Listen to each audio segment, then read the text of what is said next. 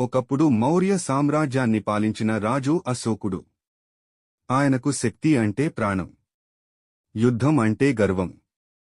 సింహాసనాన్ని దక్కించుకోవడానికి స్వంత అన్నదమ్ములనే కూడా విడిచిపెట్టని కఠిన హృదయం అతనిది. కళింగ యుద్ధం.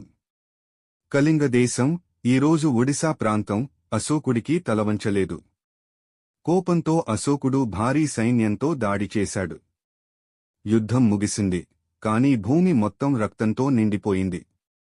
లక్షలాది మంది చనిపోయారు. తల్లులు తమ పిల్లలను కోల్పోయారు. భర్తలు భార్యలను కోల్పోయారు. మారిన మనస్సు. యుద్ధం తర్వాత అశోకుడు యుద్ధభూమిని చూశాడు. శవాలు, ఏడుపులు, నిశ్శబ్దం. అప్పుడు మొదటిసారి ఒక మహారాజు కన్నీరు పెట్టాడు. నేను గెలిచాను, కాని ఏమి కోల్పోయాను అని తనను తానే ప్రశ్నించుకున్నాడు అశోకుడు. ధర్మ మార్గం. ఆ రోజునుంచే అశోకుడు బౌద్ధ ధర్మాన్ని అనుసరించాడు.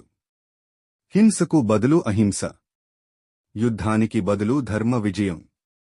ఆయన శిలాశాసనాల ద్వారా ప్రజలకు చెప్పాడు, తల్లిదండ్రులను గౌరవించండి, జంతువులపై దయ చూపండి. ధర్మమే నిజమైన శక్తి. వారసత్వం.